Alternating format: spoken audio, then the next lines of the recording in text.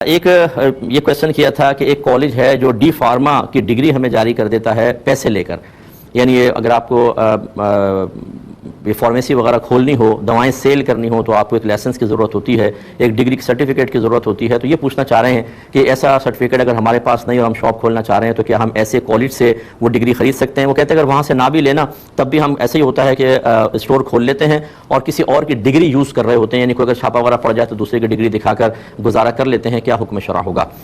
دیکھیں، جو اس میں گورنمنٹ کی ریکوائرمنٹ ہے اسے پورا نہ کیے بغیر اس طرح کے اقدامات کرنا یہ بہت غلط ہوتا ہے، اور خصوصاً دواؤں کے سلسلے میں غلط انجیکشن آپ نے دے دیا، غلط دوا دے دی، کسی کی موت ہو گئی، آپ کے اوپر وبال ہوگا، اور باقاعدہ اس کے اوپر قتل کا مقدمہ ہونا چاہیے۔